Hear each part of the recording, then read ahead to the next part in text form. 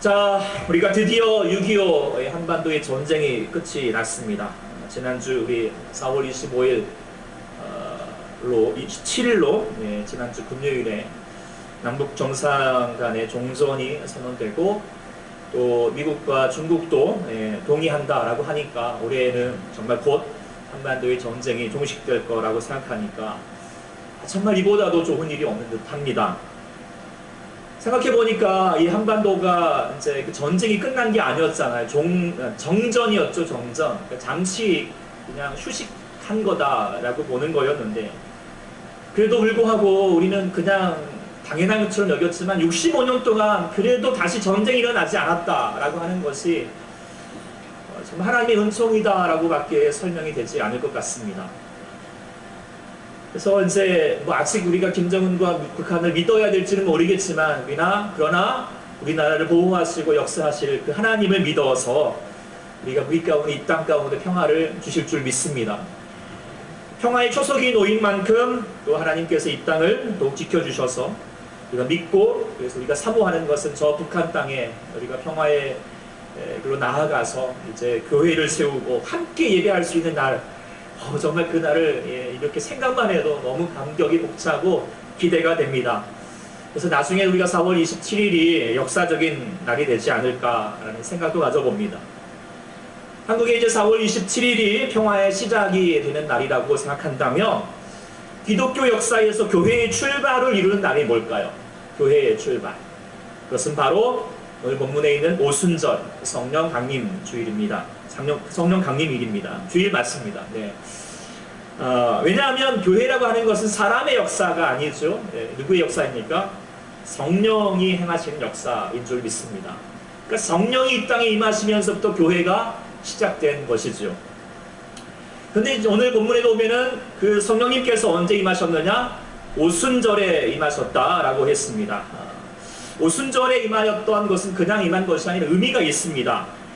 예수님이 죽으시고 부활하신 날은 어느 때였습니까? 절기상? 6월절이었습니다. 6월절은 뭐였죠? 이스라엘 백성들이 애굽에서부터 종살이할 때 애굽에서부터 해방된 날이었죠. 마찬가지로 예수님께서 6월절, 다시 6월절 가운데서 오셔서 그날에 죄로 말미암아, 사단으로 말미암아, 그 다음에 죽을 수밖에 없는 영혼들에서 해방시켜 주셨던 날이죠. 그리고 나서 7주가 지난 날이 7주가 7일 지난 날을 7.7절, 다른 말로 하루가 더 지나서 그 다음부터 오순, 50이라는 뜻이죠. 그 오순절이라고 하는데요, 이날은 다른 말로 또 초실절이라고 하기도 합니다. 초실이 뭐죠? 한 해 농사의 곡식을 지어가지고 처음 거둔 것을 가지고 기쁨으로 제사드리는 날인 것이죠. 마찬가지로 예수님께서 죽으심과 부활하심으로 말미암아 우리 가운데 주어졌던 가장 중요한 열매, 첫 열매가 뭘까요? 그것은 바로 성령님인 줄 믿습니다. 성령님께서 우리 가운데서 죽으시고 부활하셔서 이 귀한 열매를 주시기를 원하고 계셨다라고 하는 것을 우리가 볼 수 있게 되는, 그렇다면 성령님이 우리가 상상한 것 이상으로 우리 가운데 귀한 것, 좋은 것인 줄 믿습니다. 우리가 일례로 볼 수 있는 것이 마태복음 7장 11절에 보면은 우리가 아는 것처럼 너희가 악한 자라도 좋은 것을 자식에게 줄 줄 알던 하늘의 아버지께서 너희에게 좋은 것을 주지 않겠느냐라고 했는데요. 이 동일한 면면을 누가복음 11장 13절 말씀에 쭉 가면은 똑같은 구절이 넘겨주시겠습니까? 나오는데, 자, 너희가 똑같은 거의 구절인데 너희 하늘의 아버지께서 구하는 자에게 무엇을 좋은 거라고 했는데 여기는 뭐라고 말했을까요? 정답은요, 바로 성령을 주시지 않겠느냐라고 얘기하고 있다라고 하는 것을 본다면 무엇일까요? 성령님이 하늘 아버지께서 보시기에는 가장 좋은 선물이라는 것이죠. 믿으십니까? 우리가 보기에는 뭐 다른 거였으면 좋겠는데, 그러나 하나님 보시기엔 이게 가장 좋은 선물이다, 좋은 것이다 라고 말씀하신 것이죠. 예수님은 성령을 두고 심지어 이렇게까지 말씀하셨어요. 요한복음에 보면은 내가 너희를 떠나가는 것이 유익이다. 왜냐하면 내가 떠나가야지 성령이 오신다. 이게 무슨 뜻이죠? 그만큼 예수님보다도 너희들에게 성령님이 더 귀한 존재가 된다 라고 하는 것을 얘기해주고 있는 것입니다. 그만큼 우리가 상상 이상으로 성령님께서 우리 가운데 어떤 것보다도 가장 귀한 존재인 줄 믿습니다.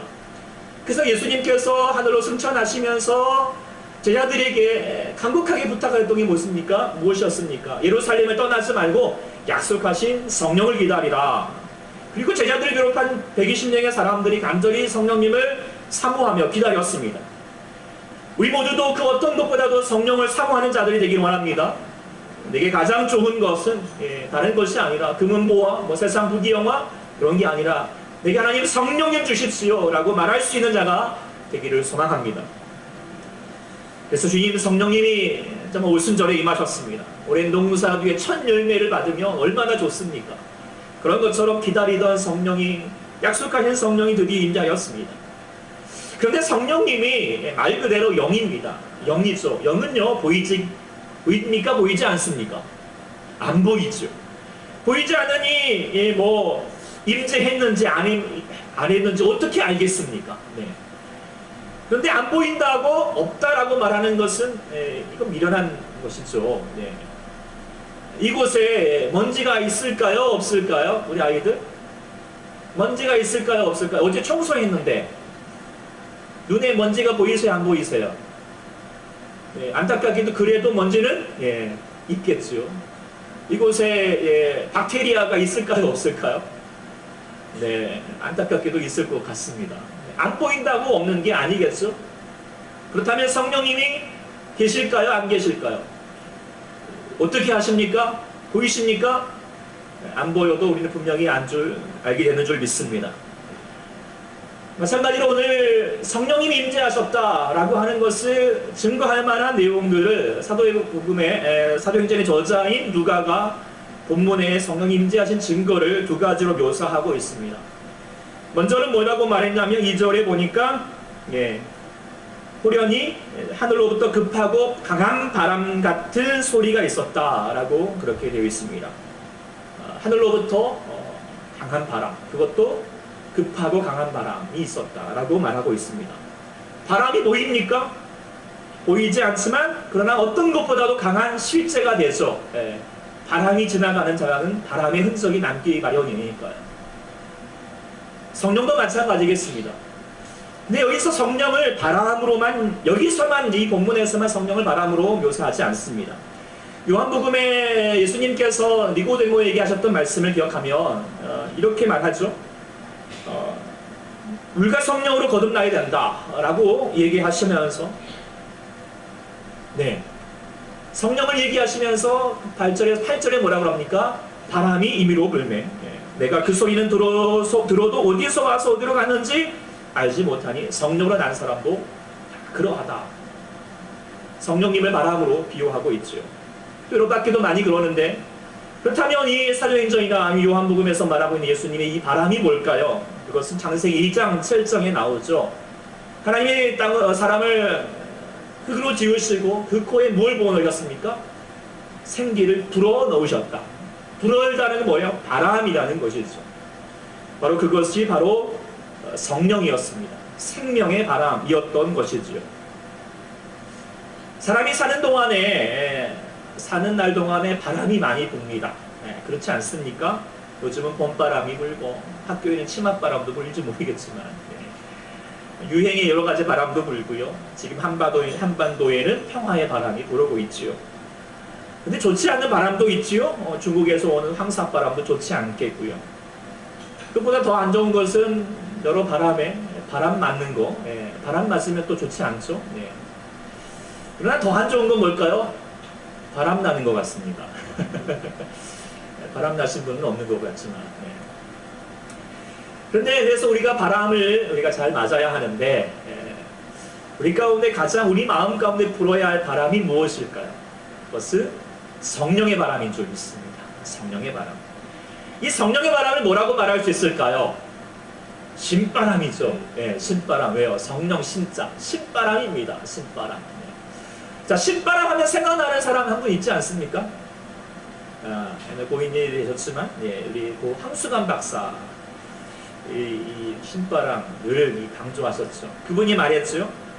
월요일에는 원래부터 웃고, 화요일에는 화사하게 웃고, 수요일은 수수하게 웃고, 같이 한번 목요일에는, 금요일에는,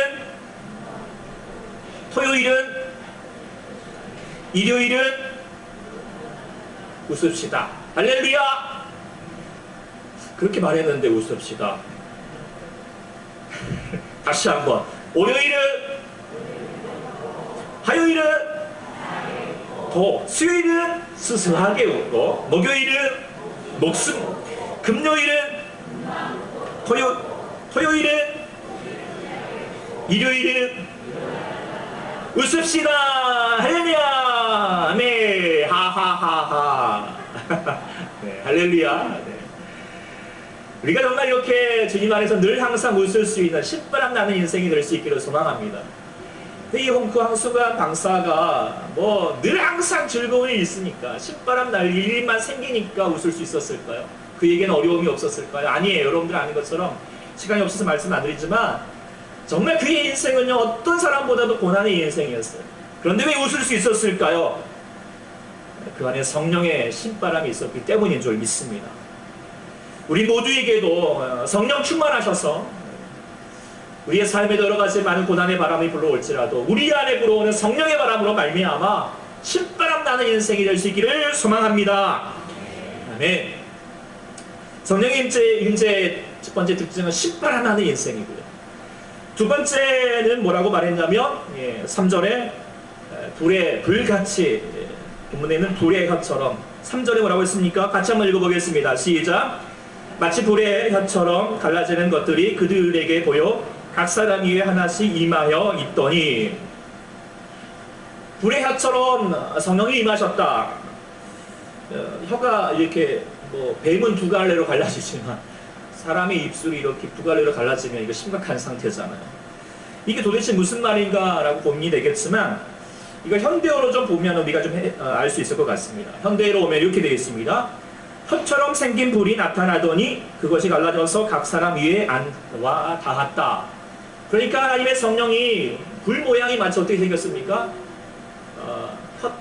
그렇죠? 혀처럼 생긴 불. 그러니까 이렇게 뱀의 혀처럼 되는지 아니면 이렇게 혀처럼 생긴 불이었다라고 말하고 있는 것이죠. 그래서 상식적으로 우리가 알면서 중요한 것은 각 사람 머리에 뭐가 임한 거죠? 불 같은 성령이 임하신 것입니다. 불처럼 임한 것입니다.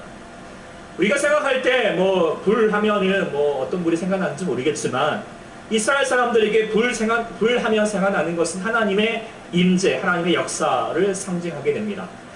모세가 호렙산에서 하나님을 만났을 때 이렇게 기록했죠. 여호와의 사자가 떨기나무 가운데에서부터 나오는 불꽃 아래에서 그에게 나타나시니 그가 보니 떨기나무에 불이 붙었으나 그 떨기나무가 사라지지 아니하는지라.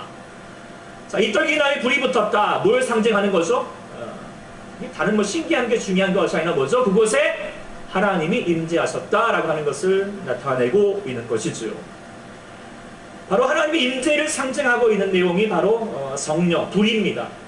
실제로 뜨겁게 막 그렇게 임하지 않지만 우리 가운데 우리의 마음을 뜨겁게 하시는 분이 바로 성령님, 하나님의 임재 가운데 있을 때라고 하는 것이죠. 그래서 불하면 뭡니까? 뜨거운 거죠. 뜨겁다라고 하는 것은 우리 마음에 열정을 가지게 된다라고 하는 것입니다. 저도 이제 뭐 기도할 때, 성령 충만하여 기도할 때는 뭐 아무리 겨울이어도 난로가 뭐 필요 없고 막 땀에 이렇게 기도할 때마다 땀이 날 정도로 이렇게 기도하게 될 때가 많습니다. 마찬가지로 우리가 몸이 뜨거워지는 것이 중요한 것이 아니라 삶의 뜨거움이 생기는 것입니다. 열정이 생깁니다. 살아갈 목적이 생기고 그래서 불같이 도전하는 인생이 되는 것이죠. 맹숭맹숭하게 살아가는 것이 아니라 마지못해서 살아가는 것 뭐 그런 것이 아니라 분명한 목적을 살아가게 될 줄 믿습니다. 이걸 다음 주에 같이 나눠보고자 하는데 우리 아이들도 마찬가지죠. 아무리 뭐 옆에서 하라 막 해도 뭐 쳐다보고 있는 것은 고개 숙이고 뭘 보고 있죠? 핸드폰만 보고 있는 그런 모습이 있겠지만 그러나 성령의 충만을 받으면은요 정말 공부도 뜨겁게 하고 놀기도 뜨겁게 할 줄 믿습니다. 이런 열정 있는 인생이 되는 것이 얼마나 중요하겠습니까? 우리 모두도 이런 뜨거움을 회복할 수 있기를 소망합니다. 그래서 성령의 임재함을 받은 사람은 불같은 사람이 된다라고 하는 것을 보여주고 있는 것이죠. 그런데 우리가 오늘 이렇게 본문을 통하여서 성령의 임재함의 중요한 특징들을 이렇게 기록하고 있는 것, 그래서 성령님이 정말 임재하였다라고 하는 것을 본문을 통하여서 나타내고 있는데, 그런데 오늘 본문에 성령님께서 단순히 임재했다라고 말하지 않습니다. 4절에 보면은 그들이 다 성령의 충만함을 받았다라고 말합니다. 성령님이 그냥 단순히 한 번 임재했다라고 하는 것에 그렇게 말하지 않는다는 것이죠. 실제로도 우리가 예수님을 주라 고백하는 여러분들에게 성령님이 임재한 줄 믿습니다. 우리를 주님이라고 누구든지 주 예수를 주라고 고백할 수 있는 것은 성령님 뿐이다라고 말하고 있다면, 여러분들이 주님을 믿고 있다라면 성령님이 여러분들 가운데 임재했다라고 하는 것이죠. 그런데 우리가 성령님의 정말 파워를 경험하지 못합니다. 아까 말했던 것처럼 신바람나는 인생, 열정 있는 불같은 인생을 살지 못할 때가 있는 거예요. 왜 그럴까요? 그것은 성령이 없어서가 아니라 성령의 충만함을 갖지 못했기 때문이죠. 그래서 우리 무엇보다도 성령 충만해야 할 줄 믿습니다. 그렇다면 성령 충만하다라고 하는 게 무엇일까요? 우리 성령 충만합시다. 성령 충만. 뭐 이런 말 참 많이 하잖아요. 이런 말 많이 하는데 그런 말이 의미가 뭘까요? 두 가지로, 아니 세 가지 뭐 계속 더 나아가고 싶은데요. 오늘 두 가지, 세 가지 좀 다 하고 싶었는데 한 가지만으로도 시간이 많이 가서요. 아니 그냥 두 가지, 세 가지 다 할까요? 한 시간 하면 되는데요. 한 가지만 하고 말까요? 다음 주에 더 할게요. 네. 우리 아이들과 더불어서 또 나눌 수 있는 귀한 말씀이 될 것 같아요. 첫 번째 성령 충만함이 뭐냐? 따라해볼까요? 성령이 주어가 되는 삶이다.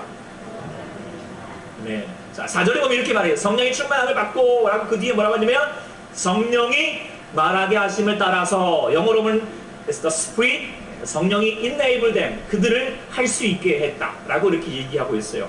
그러니까 그 전에는 말하는 것이 누가 했죠? 자기가 하는 거예요. 자기가 말하고 싶은 대로 했죠. 그런데 이제 인생의 주인이 바뀌어버렸어요. 누가 주인이 되어버렸죠? 성령님이죠. 성령이 말하게 하심을 따라서 말뿐만 아니라 행동하는 것도, 우리가 보는 것도, 우리가 모든 삶도 뭐예요? 성령이 주어가 되는 삶이 바로 성령 충만인 줄 믿습니다. 이게 중요한 거예요. 성령 충만을 위해서 이적이 나타나고 뭐 대단한 뭐 은사가 나타나는 것이 중요한 것이 아니라, 제일 중요한 것은 뭐냐면 성령이 우리의 삶의 주어가 되어 간다라고 하는 것, 그것이 성령 충만인 줄 믿습니다. 충만하다라고 하는 의미를 살펴보면 정말 그렇지 않습니까? 물 이렇게 가다 보면은 충만하다는 가득 찼다라고 하는 것이죠. 우리가 물장구를 쳐더라도 뭐 물에 들어갔을 때 발목이나 허리까지 차면 뭐 어느 정도 그냥 내 의지로 움직일 수가 있죠. 자유롭게 움직일 수 있죠. 그러나 가슴을 넘고 키를 넘어가게 되면 어떻게 해요? 수영을 하지 못한 인상 어떻게 해요? 물의 흐름 따라서 떠나가는 삶을 살 수밖에 없습니다. 물이 움직인 대로 어떻게 해요? 그대로 움직여가는 것이죠. 충만해지는 상태는 바로 이런 상태인 것입니다. 마찬가지입니다. 성령 충만하리라고 하는 것은 전적으로 나가 원하는 대로, 내가 가고 싶은 방향대로 가는 것이 아니라 뭐요? 성령님이 가고자 하는 대로, 성령이 움직이시는 대로 그렇게 살게 된다라고 하는 것입니다. 그래서 성령의 사람으로 바뀌게 되는 것이죠. 새로운 사람으로, 말하는 것자도 내가 하고 싶은 말이 아니라 성령님이 하고 싶은 말을 하게 된다라고 하는 것입니다. 우리가 아직 변화되지 않았다, 여전히 내 의지가 강하다라고 하는 것은 내가 아직 성령이 충만하지 않다, 여전히 성령님이 여전히 발목이나 허리춤이 있어가지고 여전히 내 마음대로 가고 싶은 마음인 거죠. 우리 모두 성령 충만할 수 있기를 소망합니다.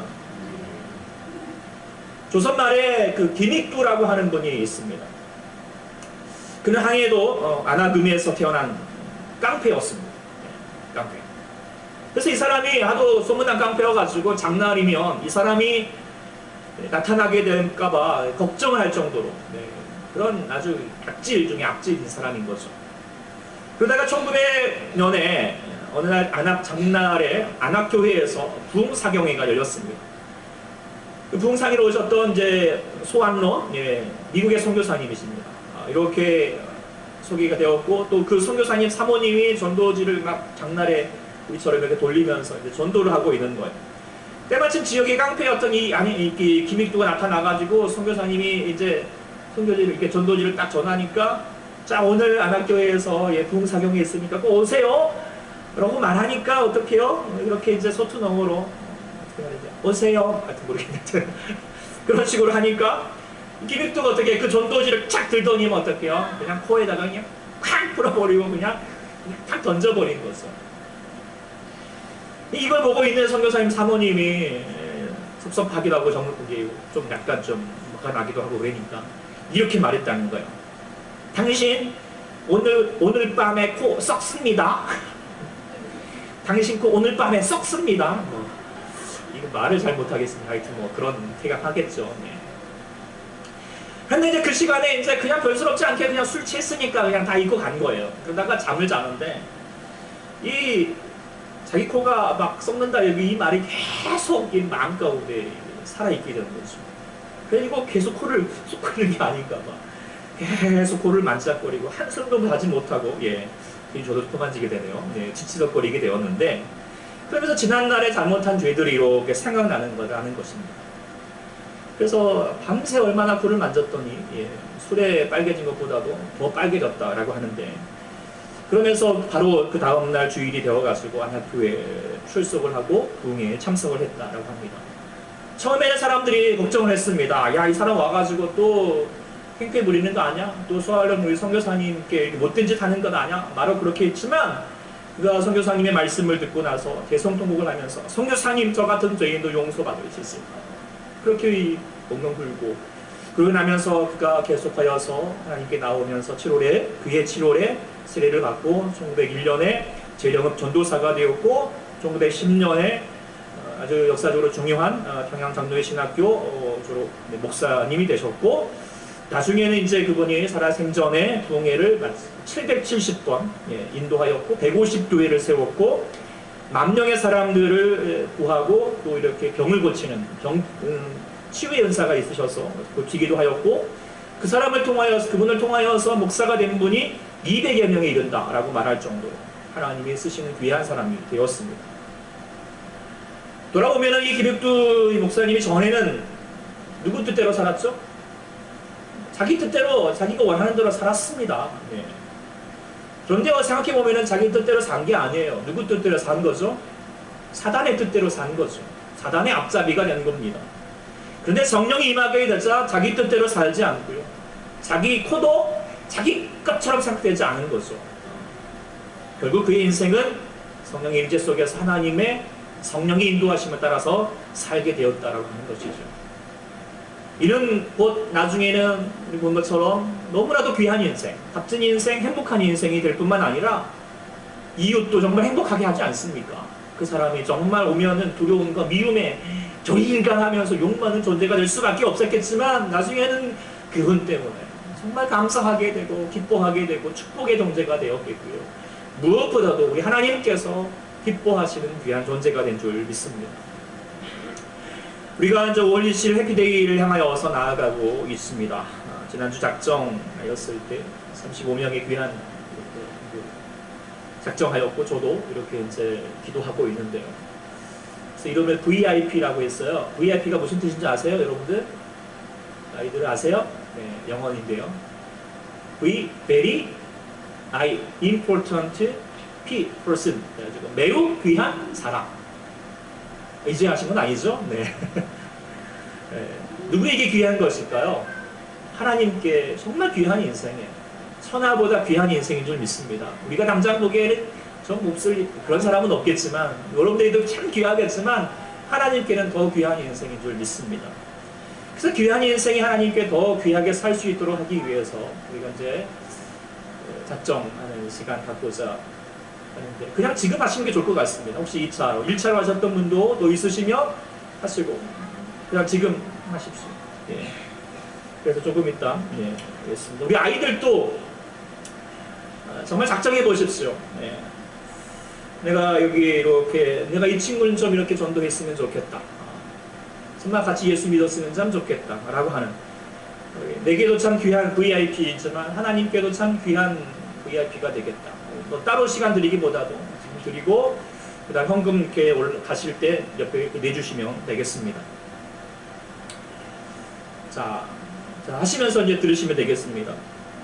저는 이제 이런 기도하고 이런 귀한 분들이 위해서 기도하지만 오늘 말씀을 생각하면서 그런 생각이 드는 거예요. 하나님, 우리가 이곳에 있는 우리 35분의 뿐만 아니라 또 여러분들도 마찬가지, 여러분 시간 작정하신 분들도 정말 좀 기믹도 같은 분들이 일어나기를 소망합니다.